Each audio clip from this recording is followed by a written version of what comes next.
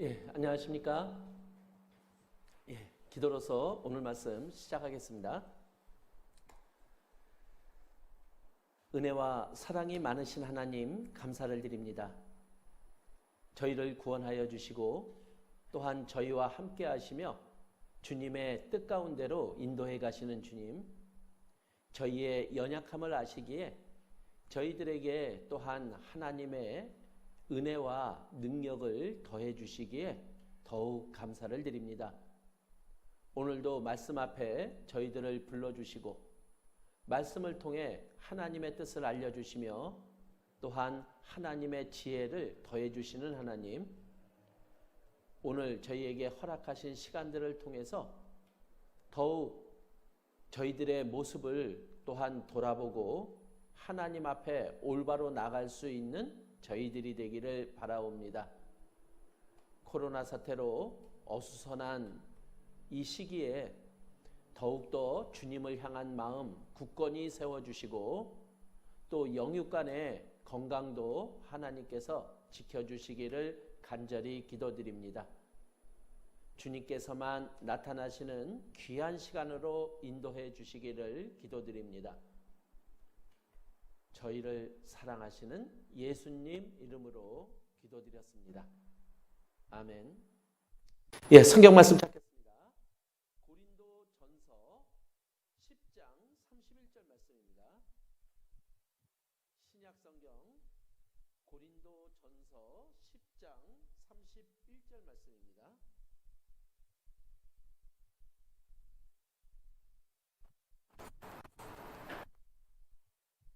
그런즉 너희가 먹든지 마시든지 무엇을 하든지 다 하나님의 영광을 위하여 하라. 먼저 앞서 또 잠깐 광고의 말씀을 먼저 좀 드리려고 합니다. 내일부터 또 토요일까지 28일부터 30일까지 전국 농인 선교부 특별 집회가 진행이 됩니다. 그동안 더 말씀을 사모하는 마음을 주셨기에 그 마음에 또 말씀을 더해드리고자 합니다. 그래서 원래는 수도권 중심으로 전도 집회가 준비되었는데 전도 집회를 할 수 없는 상황이어서 대신 우리 생활에 필요한 말씀들을 가지고 3일간 특별 집회를 진행하고자 합니다. 그래서 서울권 농성부 담당 목사님들이 말씀을 전해주시고자 합니다. 그래서 28일 내일은 이정국 목사님께서 그리고 금요일은 구인정 목사님께서 해주시고자 합니다. 그래서 28일 내일은 이정국 목사님께서 그리고 금요일은 구인정 목사님께서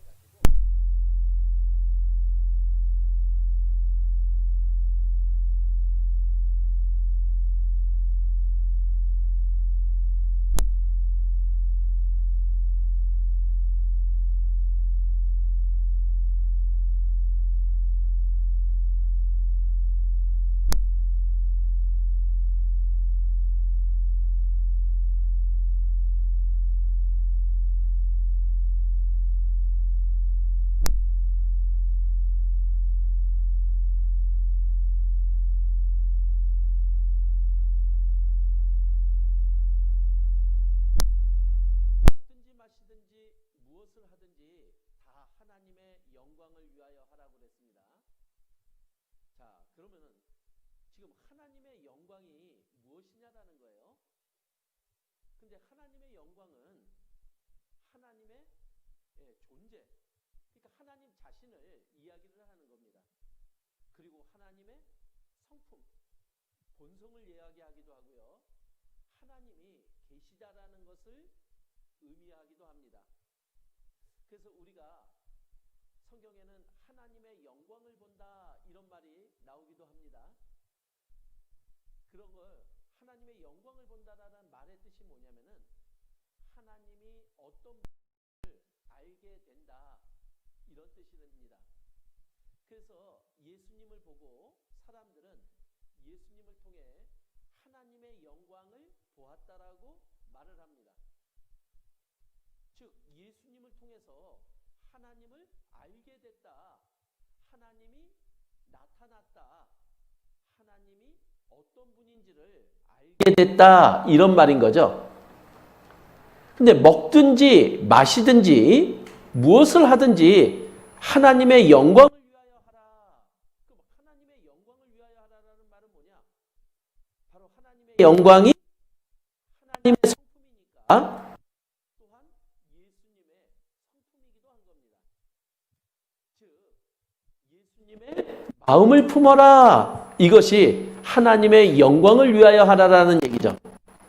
그래서 우리가 구원받은 이후에 무엇을 하든지 살아가는 삶 속에서 예수님의 마음을 품을 수 있도록 해야 된다. 이것을 이야기합니다. 또한 예수님의 마음을 품는 것뿐만이 아니라 예수님을 나타내며 살아갈 수 있도록 원하시는 것이기도 합니다. 자, 그러면은 그 예수님의 마음은 무엇일까요? 성경에는 예수님의 마음을 이렇게 이야기를 하죠. 요한일서 4장 16절에는 하나님은 사랑이시라고 기록해 놓았어요. 자, 예수님의 마음은 하나님의 마음이기도 하죠. 즉 예수님의 마음은 사랑이라는 겁니다. 그래서 고린도전서 13장에 보면은 그 사랑에 대해서 이렇게 기록하고 있어요. 13장 4절에서 7절까지 보면 바로 예수님의 마음은 하나님의 마음은 사랑인데 사랑은 이런 거다 하고 우리들에게 알려주고 있어요. 4절에 보면 사랑은 오래 참고 사랑은 온유하며 투기하는 자가 되지 아니하며 사랑은 자랑하지 아니하며 교만하지 아니하며 무례히 행치 아니하며 자기의 유익을 굳이 아니하며 성내지 아니하며 악한 것을 생각지 아니하며 불의를 기뻐하지 아니하며 진리와 함께 기뻐하고 모든 것을 참으며 모든 것을 믿으며 모든 것을 바라며 모든 것을 견디느니라 이렇게 말을 하고 있습니다. 자, 우리도 이 사랑의 마음을 품어야 되는 자들이잖아요. 결국 내가 이런 마음을 가지고 살아가고 있는지 우리가 한번은 돌아봐야 될 것입니다.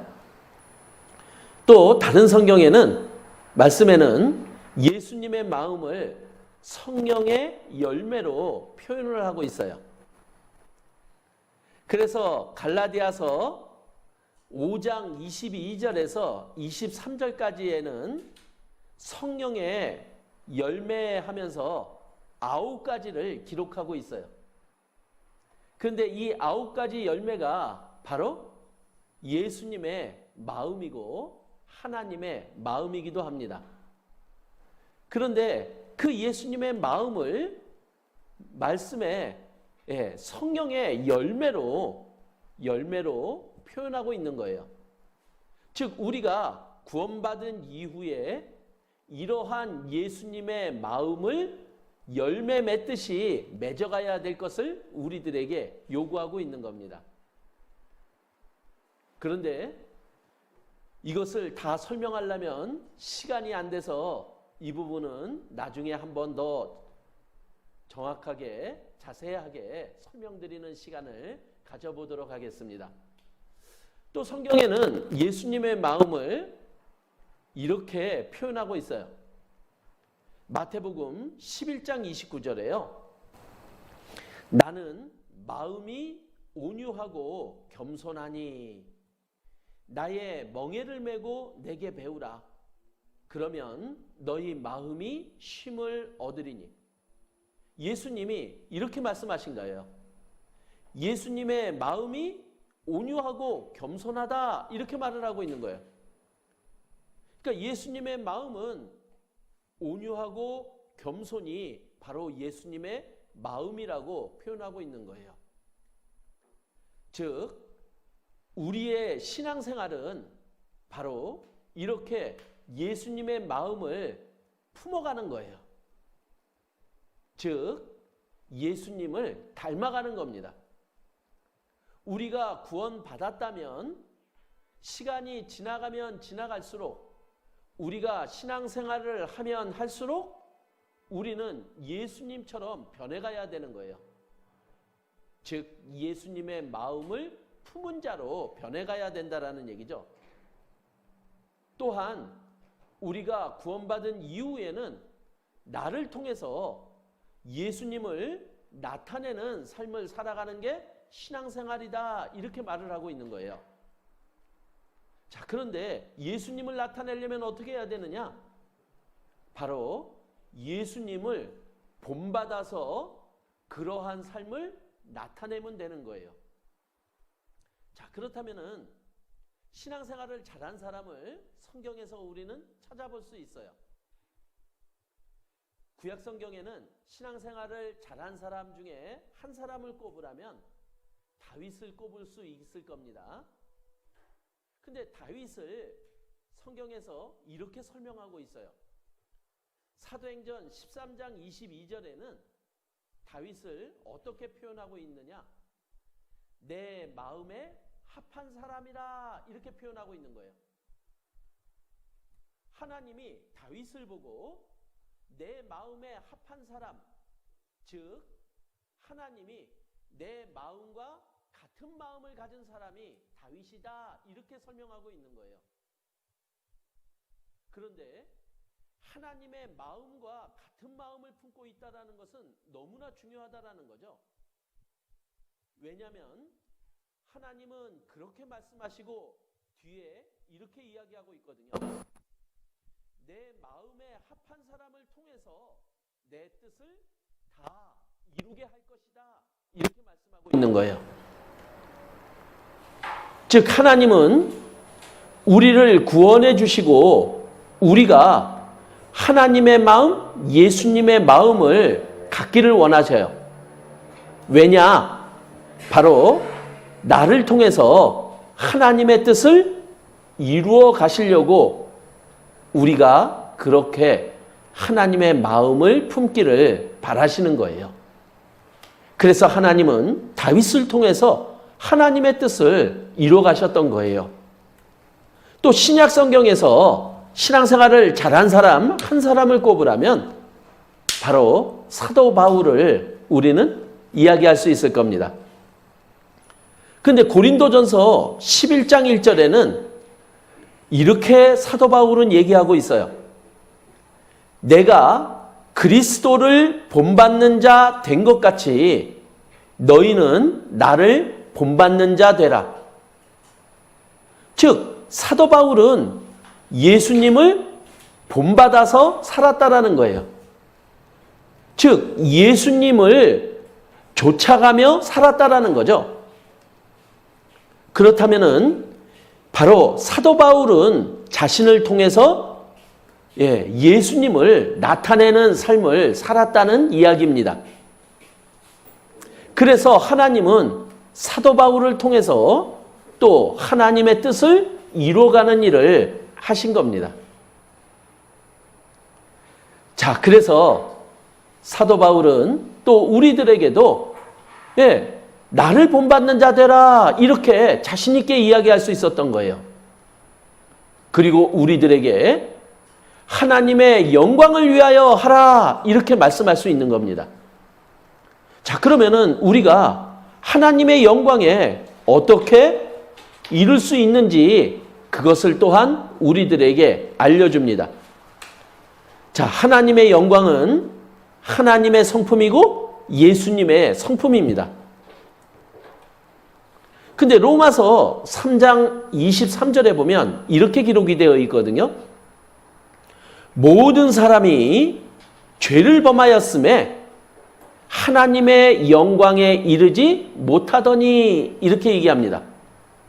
자, 우리는 하나님의 영광에 이룰 수 있는 방법을 알고 싶은데 지금 읽은 말씀에는 하나님의 영광에 이르지 못하는 경우를 우리들에게 알려주고 있어요. 그것은 바로 죄를 범하면 이렇게 얘기하고 있는 겁니다. 그러니까 죄를 범하면 하나님의 영광에 이르지 못한다. 그럼 죄를 범했다는 말이 무슨 말입니까? 바로 하나님의 말씀대로, 예수님의 말씀대로 살지 못했다. 이것이 죄인 거죠. 그러면 이것을 다른 말로 이야기하면 하나님의 영광에 이르려면 죄를 범하지 않으면 되는 거잖아요. 죄를 범하지 않는다는 말은 무슨 말이냐? 하나님의 말씀대로 행하면, 하나님의 말씀대로 살으면 하나님의 영광에 이룰 수 있다라는 얘기입니다. 자, 그렇다면은 즉 우리가 하나님의 말씀을 지키며 살아간다면은 하나님의 영광에 이르게 되고 하나님의 성품도 예수님의 성품도 가질 수 있다. 이런 말이잖아요. 그래서 요한복음 14장 21절에 이렇게 기록하고 있어요. 자, 이거는 한번 찾아볼까요? 요한복음 14장 21절. 요한복음 14장 21절.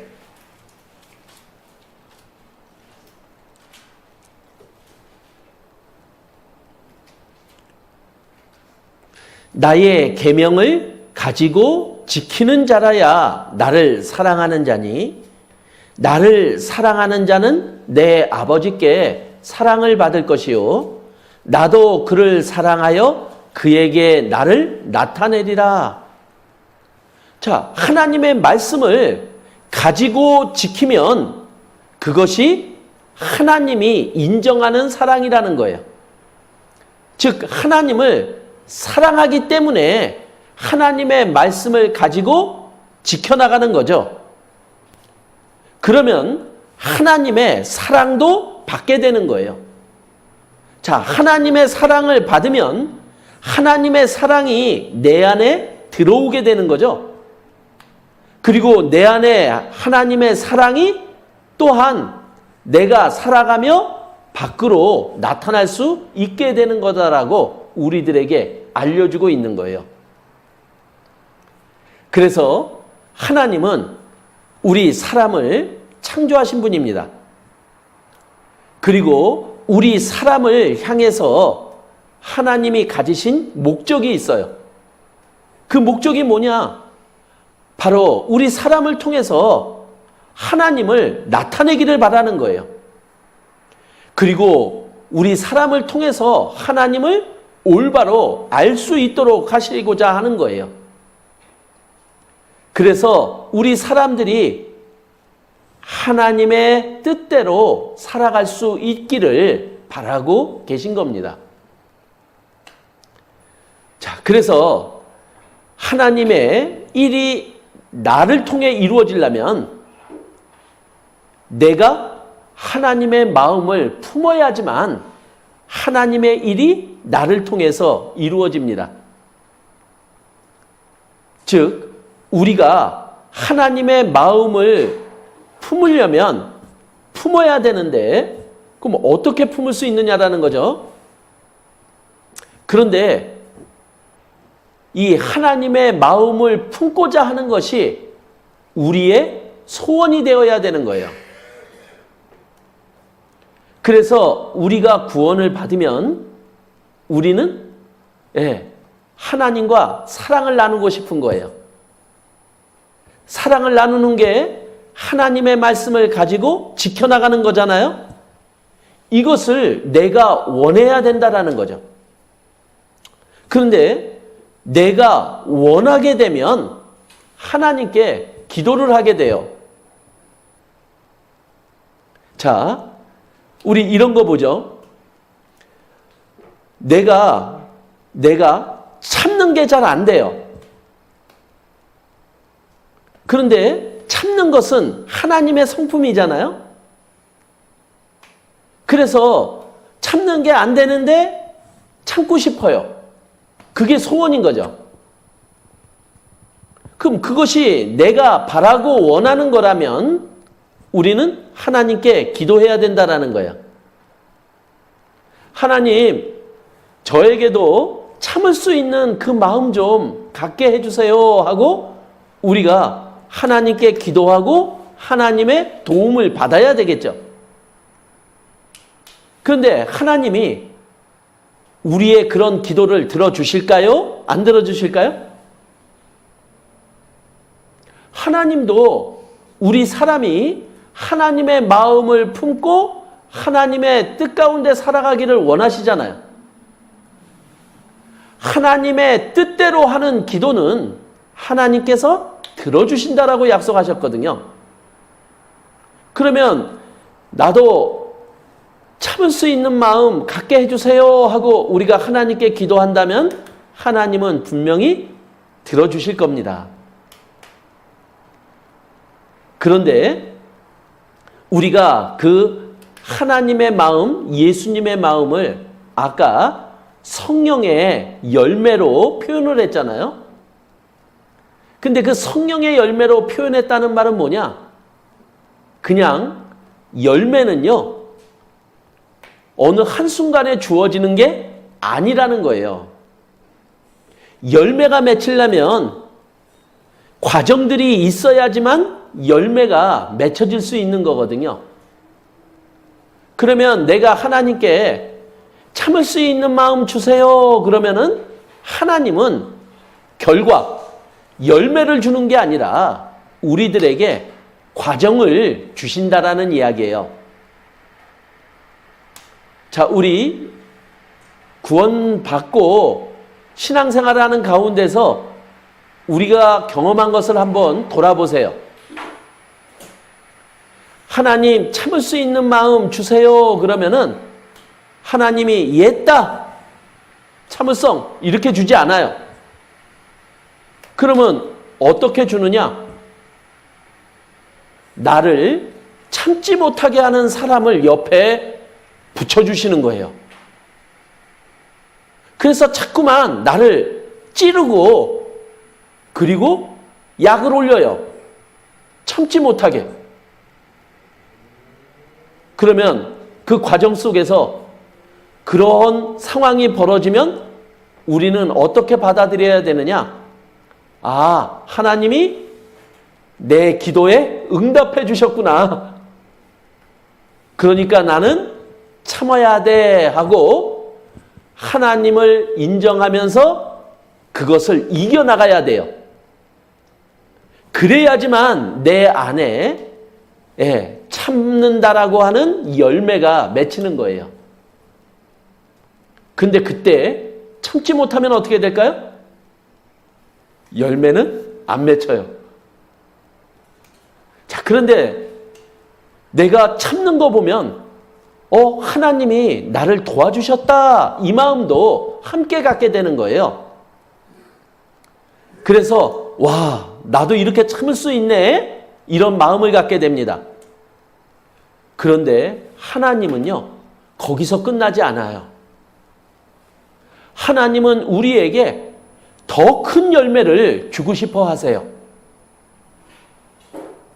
그래서 그 결과 내 옆에 나를 더 참지 못하게 하는 다른 사람을 또 내 옆에 두시는 거예요. 그러면 우리는 또 어떻게 생각해야 될까요? 하나님이 나를 더 큰 열매 주시려고 내 기도에 응답해 주시는구나 생각하고 그것도 참으며 이겨내야 되는 거예요. 그러면 우리는 점점 더 참을 수 있는 예수님을 닮은 자로 변화될 수 있다라고 알려주는 거죠. 그래서 우리의 기도의 응답은 하나님께서 과정으로 주시기에 오히려 반대되는 상황들에 대한 부분들이 우리들에게 더 많이 나타납니다.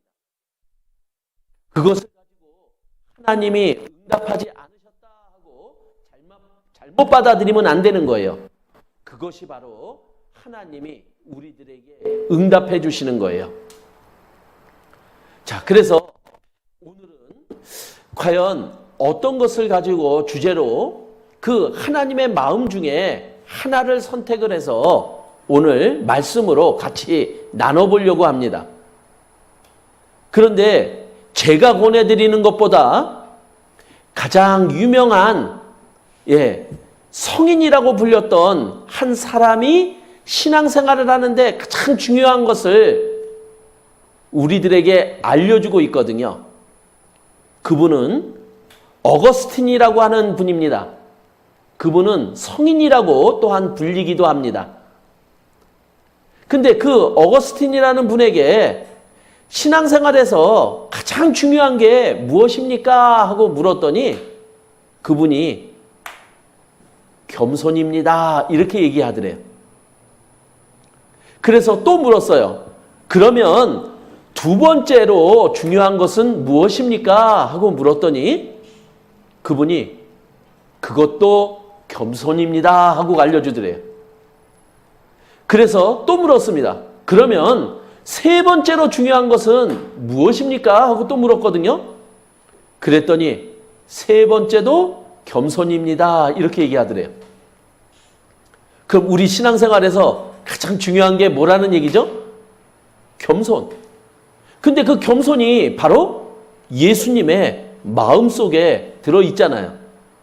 나는 온유하고 내 마음이 온유하고 겸손하니 그 속에 바로 예수님의 마음 겸손이 들어가 있거든요.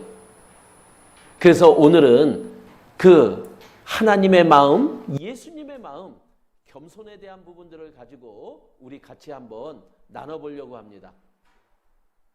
근데 하나님이 그 겸손을 우리들에게 가르쳐 주시려고 해요. 그리고 예수님을 통해서 예수님이 본이 되어 주시고 그리고 우리들이 예수님을 통해서 배울 수 있도록 해 주신 거예요. 그래서 아까 읽었던 마태복음 11장 29절에 보면 이렇게 되어 있죠. 나는 마음이 온유하고 겸손하니 나의 멍에를 메고 내게 배우라. 그러면 너희 마음이 쉼을 얻으리니. 자, 우리가 예수님의 마음 겸손을 배우려면 예수님의 멍에를 메고 예수님께 배워야 된다는 거예요. 멍에라는 것은 뭐냐면은 바로 예수님이 이렇게 해라 저렇게 해라 그것을 받아들일 수 있는 연결고리가 바로 멍에예요. 그래서 그것을 메고 가야지만 우리는 그 겸손을 예수님께 배울 수 있다라고 알려주고 있는 거예요. 그리고 그 결과는 마음에 쉼을 얻을 수 있다라고 하나님은 약속하고 있는 거예요. 그것은 결코 힘들고 고통 가운데 있는 게 아니라 그 결과는 우리들에게 가장 쉼을 주는 거라고 우리들에게 알려주고 있는 거예요. 그래서 예수님은 우리들에게 그 겸손의 본을 십자가에서 직접 보여주셨어요. 빌립보서 2장 5절에 이렇게 말씀하고 있습니다. 너희 안에 이 마음을 품으라. 곧 그리스도 예수의 마음이니. 자, 우리에게 예수님의 마음을 품으라고 이야기를 합니다. 근데 6절에는 이렇게 얘기하고 있죠. 그 예수님의 마음이 무엇이냐? 그는 근본 하나님의 본체시나 하나님과 동등됨을 취할 것으로 여기지 아니하시고 오히려 자기를 비워 종의 형체를 가져 사람들과 같이 되었고, 바로 예수님은 하나님이 사람의 모습으로 오신 거다. 이렇게 얘기합니다. 사람들과 같이 되었다. 이것이 바로 예수님의 겸손의 마음을 우리들에게 전하고 있는 거예요. 왜냐하면은 이 사람의 모습은 뭐냐면은 하나님 입장에서는 우리 사람은 죄인의 종의 형체거든요. 그럼 종이라고 하는 것은 신분으로 보면 가장 낮은 신분이고 사람이라고 하면 또한 죄인의 모습이기도 한 거거든요. 가장 영광스러운 하나님께서 가장 낮은 신분의 그리고 죄인의 모습으로 나타나신 것, 그것이 바로 겸손임을 우리들에게 알려주고 있는 거예요. 그리고 그 십자가에서 우리 대신 죽기까지 하나님의 말씀에 복종하셨어요. 그것이 겸손임을 예수님은 알려주고 있는 거예요. 하나님의 말씀에 죽기까지 복종하는 것, 이것이 진정한 겸손임을 우리들에게 알려주고 있는 거예요. 자, 우리는 겸손이라는 것을 어떻게 알고 있습니까? 자, 겸손이라는 것은 낮춘다라는 것은 알고 있죠? 자기를 낮추는 것. 그런데 하나님이 말씀하시는 겸손은요, 무조건 낮추는 게 아니에요. 무조건 낮춘다라고 그러면 그것은 비굴한 모습이 될 수도 있고 또한 천한 모습이 될 수도 있는 거예요. 그런데 하나님이 말씀하시는 겸손은 바로 상대방에 대해서 사랑하는 마음을 가지고 낮아지는 것을 이야기하는 거예요. 즉 하나님은 우리에게 겸손의 마음을 가지라고 얘기를 하거든요. 그래서 다른 사람들에게 더 낮아진 모습으로 대하라는 거죠. 그런데 그 속에 상대방을 향한 사랑의 마음이 있어야지만 그것이 하나님이 우리에게 요구하시는 겸손의 모습이었던 거예요. 자, 예수님이 왜 이 땅에 오셨습니까? 예수님이 왜 사람의 모습으로 이 땅에 오셨느냐라는 거예요. 왜 예수님이 십자가에서 그 고통과 아픔 가운데 피 흘리면서 죽어주셨느냐라는 거예요. 가장 낮은 모습으로 오셨잖아요. 그런데 그 속에는 바로 우리 사람을 향한 사랑의 마음이 있었어요.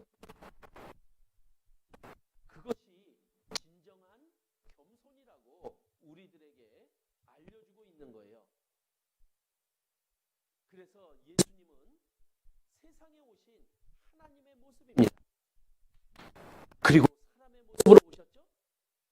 그 부분은 종의 신분이었고 그리고 가장 비참한 죄인의 모습이 사람이었던 거예요.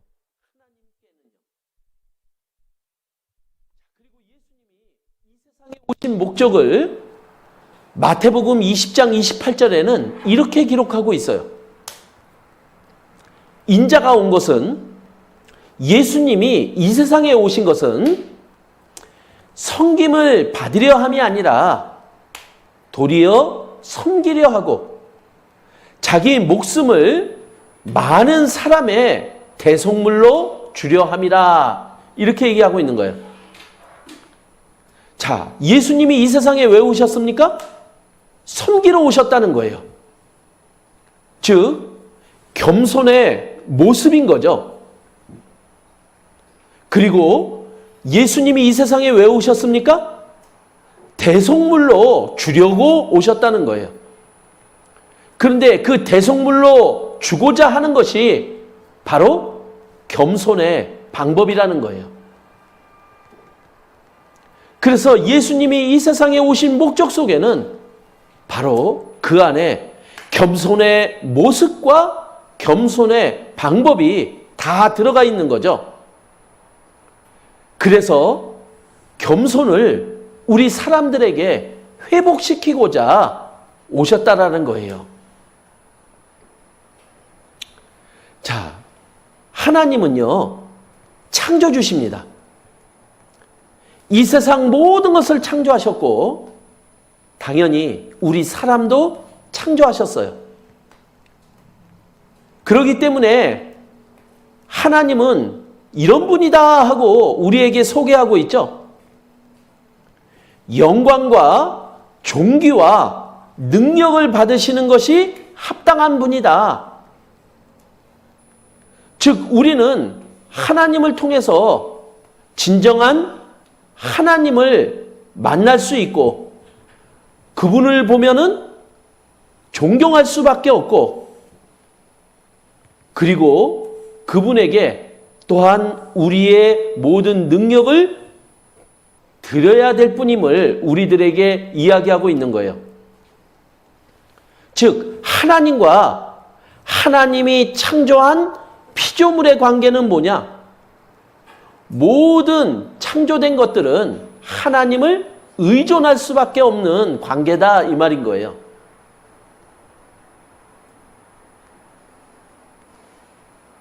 자, 그런데 우리가 하나님을 의지하고 하나님의 도움을 받아야 살아가는 존재들이 하나님이 창조한 피조물들이에요. 그런데 우리가 그것을 벗어나면 어떻게 되느냐? 그것을 벗어나는 것, 이것을 교만이라고 이야기를 합니다. 그래서 하나님과 에덴 동산에서 하나님과 사람과의 그 관계가 끊어졌어요. 왜냐하면은 사단이 아담과 하와를 유혹했잖아요. 근데 뭐라고 유혹을 했느냐? 너 이 선악과 먹으면 하나님과 같이 될 수 있다? 이렇게 유혹을 한 거예요. 즉, 하나님의 도움 없이도 살아갈 수 있는 마음을 갖게 하고 그 마음으로 선악과를 먹게 한 겁니다. 그 결과 어떻게 됐느냐? 하나님과 사람의 사랑의 관계, 그것이 끊어진 거예요. 우리는 겸손하도록 하나님이 창조한 피조물들입니다. 그런데 이제 그것이 끊어지니까 교만이 우리 사람을 지배하게 된 거예요. 그리고 그 교만의 결과가 어떻게 됐느냐? 비참한 현실이 되는 거였어요. 그래서 우리는 살아가는 것 자체가 수고와 슬픔뿐입니다. 그리고 자기를 위해서 살아가는 그런 마음으로 우리가 살아가게 되는 거예요. 그리고 지옥 갈 운명에 놓여 있는 자로 변하게 된 거죠. 자, 그래서 하나님은 사랑의 대상으로 창조한 우리 사람이 지옥 갈 수밖에 없는 운명에 빠지게 된 거예요. 그래서 하나님은 우리를 그 교만의 세력으로부터 구해 주시려고 계획을 세우신 겁니다. 그래서 하나님은 그 교만을 깨트리기 위해서 겸손의 방법으로 우리를 구원하시고자 했던 거예요.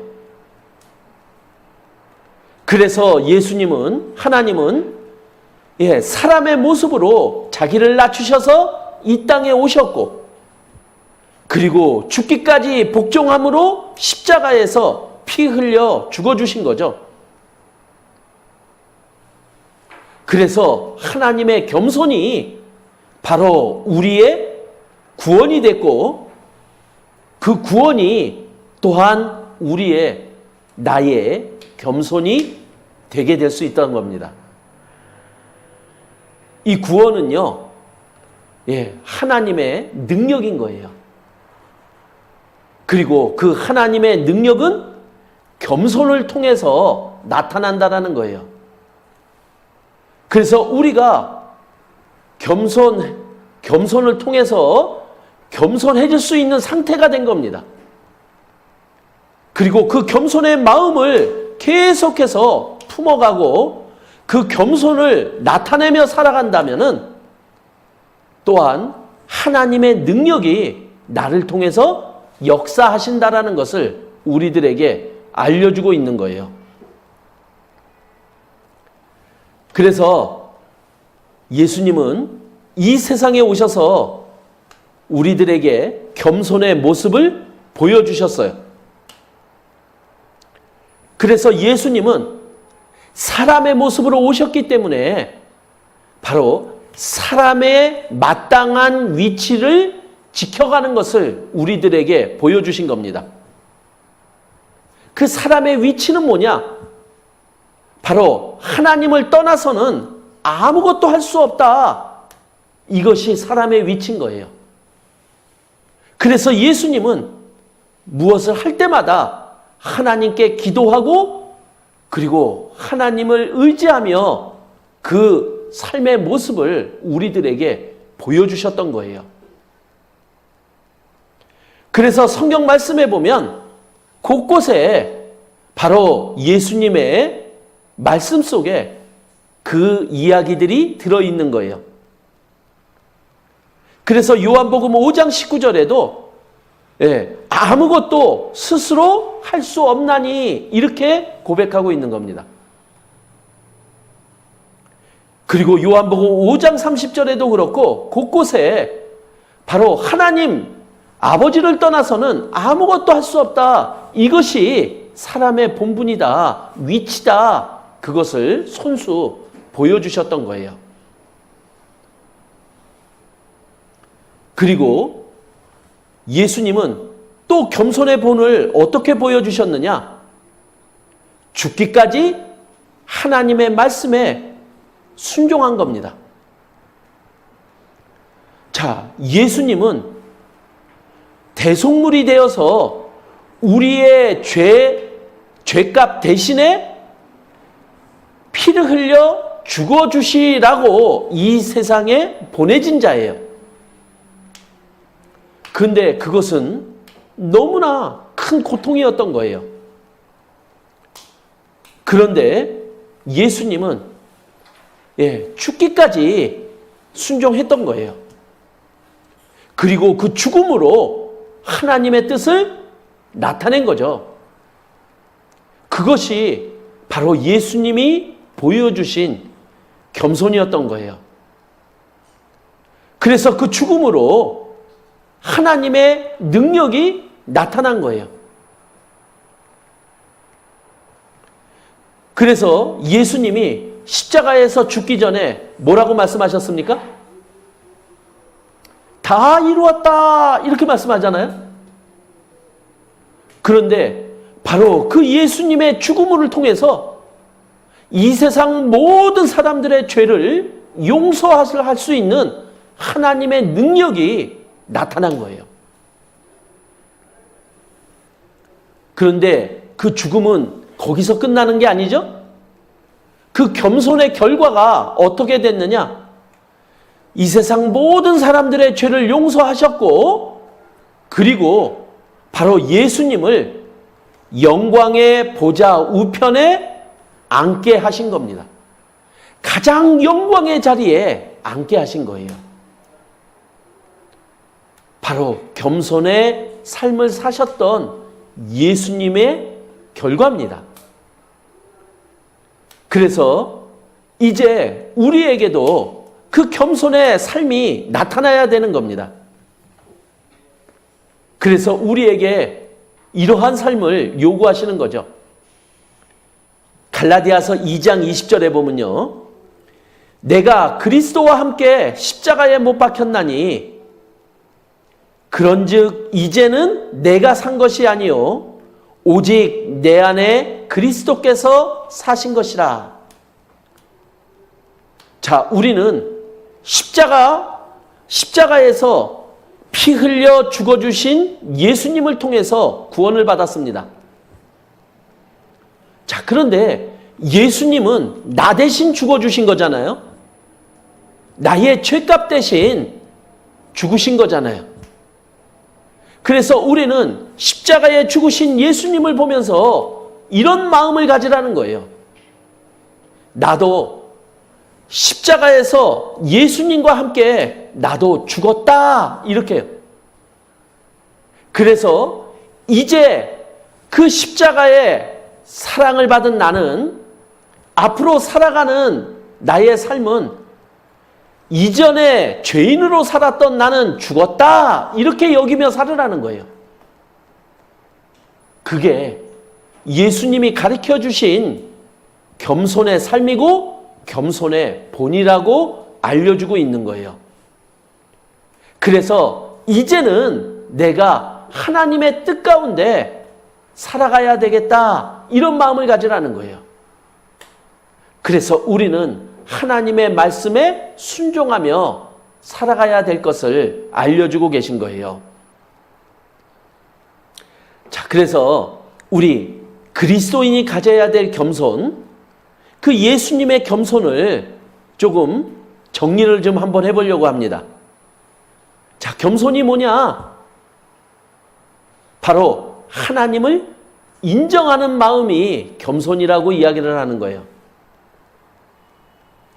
그래서 우리가 겸손하면 하나님이 어떤 분이다, 이것을 사실로 받아들이는 것, 이것이 겸손인 거예요. 근데 그 겸손 속에는 하나님의 능력이 나타납니다. 자, 여기 계신 분들에게는 하나님을 인정했던 경험들이 있죠. 언제입니까? 우리가 구원받을 때요. 자, 우리가 어떻게 구원받았습니까? 하나님이 창조주시라는 것을 인정했습니다, 우리가. 그리고 하나님이 인류 역사의 주관자라는 것도 인정했어요. 그리고 하나님이 우리의 심판자이심도 인정했어요. 그리고 십자가를 통해서 하나님이 나의 구원자임도 인정을 했어요. 그랬더니 어떤 일이 벌어졌습니까?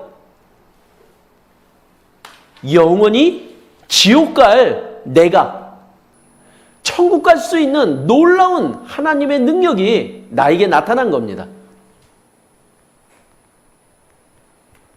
하나님은 겸손을 통해서 역사하세요. 그래서 우리가 하나님을 인정하면 나를 통해서 하나님이 능력이 나타나는 거예요. 자, 구원받은 이후에 우리의 삶은 하나님의 능력이 나타나야 됩니다. 그러려면 우리가 바로 하나님을 인정하는 그 겸손의 마음을 품으며 나가야지만 된다라는 거예요. 그리고 또 겸손이 뭐냐? 바로 하나님을 의지하는 마음이에요. 자, 우리 다윗이 소년이었을 때 블레셋 장군 골리앗이라고 하는 장군과 1대1 싸움이 벌어졌어요. 근데 소년과 키가 거의 3m가 되는 거인 장수와 싸움이 붙었어요. 그런데 다윗이 이겼어요. 근데 어떻게 이겼느냐? 보니까 다윗은 하나님을 의지하고 하나님과 함께 싸웠다라고 성경은 기록하고 있는 거예요. 즉, 우리가 하나님을 의지하고 하나님과 함께하면 그 속에 하나님의 능력이 나타난다라는 거예요. 하나님을 의지하는 마음, 그것이 진정한 겸손임을 우리들에게 알려줍니다. 그래서 누군가가 이렇게 얘기합니다. 겸손이 무엇입니까? 겸손은 하나님이 지금 나와 함께 있을 때에 나의 마음을 겸손이라고 이야기한다라고 이야기를 합니다. 자, 우리 내 앞에 하나님 계시다면 내 마음이 어떨까요? 모든 것을 할 수 있고 모든 것을 아시는 하나님 앞에 바로 내 마음이 겸손이라고 얘기를 하는 거예요. 그래서 우리가 하나님을 의지하고 하나님과 함께하는 마음, 그것이 겸손이고 그 마음을 우리가 가질 때 나를 통해서 하나님의 능력이 나타난다라고 알려주고 있는 거예요.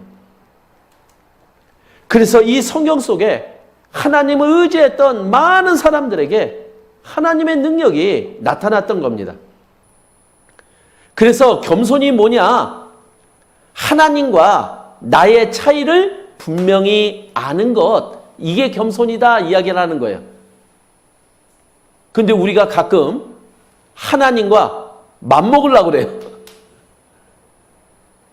그래서 어떨 때는 하나님한테 따지기도 하고, 하나님이 지금 함께 계신데 하나님 앞에서 버릇없이 무례히 행하는 일도 서슴지 않잖아요. 우리는 그 차이를 알아야 돼요.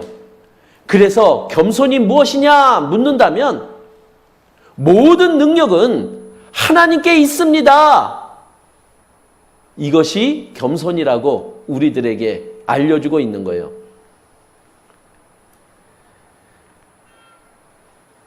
자, 그리고 또 겸손이 무엇이냐? 바로 순종하는 마음이 하나님이 말씀하시는 겸손이라고 이야기를 하는 거예요. 자, 아브라함이라는 사람이 있었습니다. 하나님이 이 아브라함에게 아들이 하나 있었는데 그 아들을 제물로 바치라고 하는 거예요. 아들을 죽여서 하나님께 바치라고 하는 거예요. 할 수 있겠습니까? 그런데 아브라함은 자기 아들을 제물로 바치려고 죽이려고 했던 거예요. 바로 아브라함은 하나님에 대한 믿음을 가지고 있었어요. 그러니까 이 순종은 그냥 안 돼요. 하나님이 이렇게 해라, 이렇게 해라. 내가 하나님의 말씀대로 그대로 할 수가 없어요. 내가 하나님의 말씀대로 순종하려면은 반드시 필요한 게 하나 있는 거예요. 그것이 바로 믿음인 거예요. 그래서 이 겸손은 믿음이 있는 순종을 가리키는 거예요. 그런데 그 믿음을 가지고 하나님의 말씀대로 우리가 행하면 그 속에 하나님의 능력이 나타난다라는 거예요. 하나님의 마음은 그냥 내 안에 존재하는 것이 아니라 하나님의 마음은 활동하는 거예요. 그래서 구원받은 우리는 하나님의 마음을 품어야 되고, 하나님의 마음을 품은 우리를 통해서 하나님은 능력을 주시고 역사에 가시고자 하는 것이 하나님의 뜻이라는 거예요. 그래서 우리는 하나님의 마음을 품어야 됩니다. 자, 그렇다면은 우리는 구원받았죠? 우리는 겸손해야 되는 자들이죠? 근데 우리 겸손합니까? 우리 그 겸손의 마음을 품고 있느냐라는 거예요. 자, 근데 오늘 마지막 시간 그거 확인 좀 하자고요. 자, 자, 하나님이 어떻게 확인하는지 하나님의 방법으로 확인해 보겠습니다. 자, 하나님의 마음, 사랑이죠? 자, 우리에게 하나님의 사랑이 있는지 없는지 어떻게 확인하죠? 하나님은 이렇게 확인하신답니다. 요한일서 4장 20절에 보면 누구든지 하나님을 사랑하노라 하고 형제를 미워하면 이는 거짓말하는 자다. 자, 하나님을 사랑하십니까? 그러면 그 사랑하는 증거가 뭐냐? 바로 다른 형제자매를 사랑하는 거가 바로 하나님을 사랑하는 거다라고 확인하는 거예요. 자, 그렇다면 겸손도 그런 거죠. 자, 우리가 겸손합니까? 그러면 다른 형제 자매들 앞에서 우리가 하나님을 대하듯 하나님을 인정하고 그리고 하나님을 의지하고 그분들에게 순종하고자 하는 마음을 갖고 있다면은 그것이 우리가 겸손하다라는 증거인 거예요. 그러니까 우리의 모습은 다른 형제자매들 앞에서 우리의 마음이 드러난다라는 거예요. 하나님은 그 부분을 보실 겁니다. 우리가 과연 형제자매들 앞에서 어떻게 행하고 어떻게 대하는지를요. 그 모습을 보고 우리의 겸손이 확인된다면은 하나님은 또 하나님의 능력을 우리에게 분명히 더해 주실 거라는 거예요. 자, 예수님이 십자가에 못 박히기 전날 제자들 앞에서 행하신 일이 있어요. 자, 내일이면 예수님은 십자가에 못 박혀 죽음을 당합니다. 그럼 제자들에게 제일 중요한 것을 알려줘야 되겠죠? 그래서 예수님이 보여주신 것이 무엇이냐? 바로 제자들의 발을 씻어주는 일을 하신 거예요. 자, 발을 씻어주는 일은 누가 하는 거냐면요. 종이 하는 거예요. 종이. 그런데 사람의 모습으로 이 땅에 오신 하나님이신 예수님이 제자들의 발을 씻겨주시는 일을 하시는 거예요. 우리들에게 본을 보여주신 거죠. 즉, 예수님의 마음속에는 바로 그 제자들을 향한 사랑의 마음이 가득 찼기에 그들보다 더 낮아질 수 있음을 우리들에게 보여준 거잖아요. 그래서 우리 한번 낮아져 보자라는 거예요. 예수님이 제자들의 발을 씻어주셨다. 그러면 씻김을 받는 그 제자들은 어떤 마음을 느낄까요? 예? 예수님으로부터 존중받고 있다라는 마음을 분명히 갖고 있을 겁니다. 그리고 나는 예수님으로부터 소중한 존재라는 것을 느낄 수 있을 거예요. 그리고 그 속에 나를 향한 사랑도 같이 느낄 수 있는 것이겠죠. 그런데 예수님이 그렇게 씻기면서 이렇게 얘기를 합니다. 내가 너희 발을 씻긴 것 같이 너희도 서로 발을 씻겨줘라. 이렇게 얘기를 하는 거예요. 즉 우리가 다른 형제자매들을 섬기자라는 거예요. 그런데 섬기는데 그 상대방한테 어떤 마음을 전해야 될까요? 당신은 나에게 소중한 사람입니다. 당신은 나에게 아주 존귀한 분입니다. 나는 당신을 사랑합니다. 이 마음이 전해져야 된다라는 거죠. 이것이 하나님이, 예수님이 우리에게 가르쳐 주시는 겸손인 거예요.